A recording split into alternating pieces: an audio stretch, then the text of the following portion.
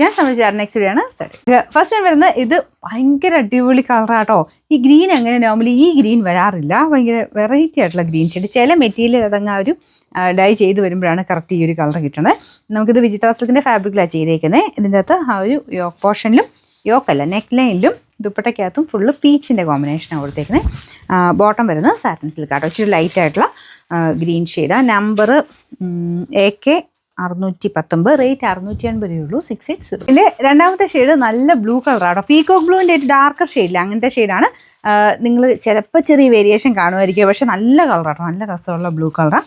ഇതിൻ്റെ അകത്ത് peach combination തന്നെയാണ് കൊടുത്തേക്കുന്നത്. വർക്കും കളേഴ്സും എല്ലാം നല്ല കേട്ടോ. ബോട്ടം വരുന്നത് സാറ്റിൻ സിൽക്ക്. ഇതിൽ കാണുമ്പോൾ നിങ്ങൾക്ക് ഏകദേശം മനസ്സിലാവും പീകോക്ക് ബ്ലൂവിൻ്റെ ഒരു ഗ്രീനിഷ് ബ്ലൂ കളറാണ്. ടോപ്പ് ഇച്ചിരി കൂടെ നല്ല ബ്ലൂ തന്നെയാണ്.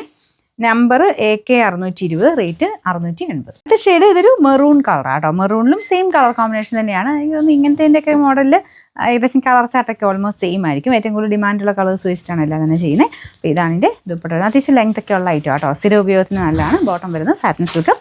Number AK 618, rate 680. പിന്നെ നാലാമത്തെ ഷെയ്ഡ് രാമ ഗ്രീൻ ആണ് കളർ. രാമ ബ്ലൂ അല്ല, രാമ ഗ്രീൻ ആട്ടോ. ഇതിനകത്തും പീച്ചാണ് കോമ്പിനേഷൻ. അടിപൊളി കളർ കോമ്പിനേഷനാണ്.